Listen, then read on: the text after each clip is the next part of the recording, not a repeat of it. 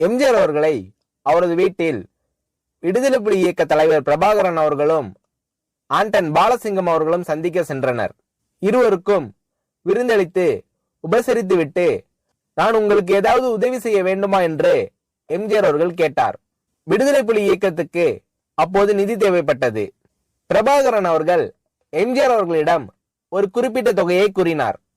சற்று நேரத்தில் எம்ஜிஆர் அவர்கள் பிரபாகரன் அவர்களிடம் அவர் எதிர்பார்க்காத ஒரு மாபெரும் தொகையை வழங்கினார்.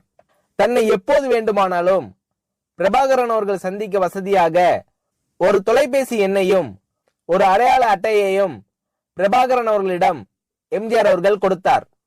இந்தியாவின் பிரதமராக இருந்த இந்திரா காந்தி அவர்களின் மறைவுக்கு பிறகு ராஜீவ்காந்தி அவர்கள் பிரதமரானதும் அதுவரை விடுதலை புலி இயக்கத்துக்கு வழங்கி வந்த உதவிகள் தொடர்பாக பேச வேண்டும் என்று இந்தியாவின்